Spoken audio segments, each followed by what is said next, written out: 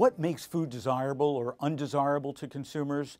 You may be surprised to hear what the answer is. Conagra Foods. With brands like these, we can't help but smile. Conagra Foods. Food you love. Take a look at this picture of the burger and fries. In our brains, we know that's not healthy. Now, new research at Cornell University finds that how unhealthy we believe food is or is not has a strong influence from the packaging and who's promoting the food. Listen to this. The Cornell researchers say that if a photo shows up on social media by someone who is of normal weight, we believe the burger and fries is healthier than if the same photo is posted by someone obese. Here's how the research at Cornell was conducted. 230 participants who were divided into two groups were given photos of food. Examples included chopped salad with croutons and sliced beef with vegetables, along with the photo of a blogger that supposedly posted the photo. They were then asked how healthy the food was on a scale of 1 to 7. The only variable then was the blogger's photo.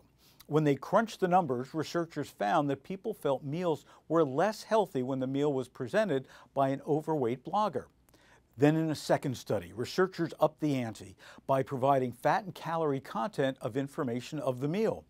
Even in those cases, participants considered the food presented by the thinner blogger healthier, which is to say that having facts in front of someone is less important than simply the person behind the photo.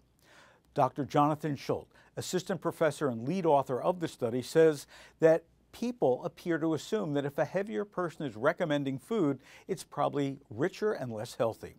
These days, a lot of us are getting more food-educated through social media. Instagram, Facebook, and Twitter are replacing the Betty Crocker and Martha Stewart cookbooks, often with photos of the person posting the recipe, which may influence what people choose to eat.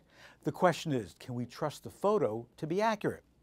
The next time you see a scrumptious food photo, take a minute to look further. Who's posting it? What are their credentials? Are they listing nutritional information? My recommendation, stick with the people who do healthy recipes for a living. Folks like our friend Lisa Lillian at Hungry Girl, where they test every recipe in their own test kitchen with a strict criteria before it's posted. Be sure to subscribe so you'll never miss an episode, and visit supermarketguru.com for more information and more videos just like this.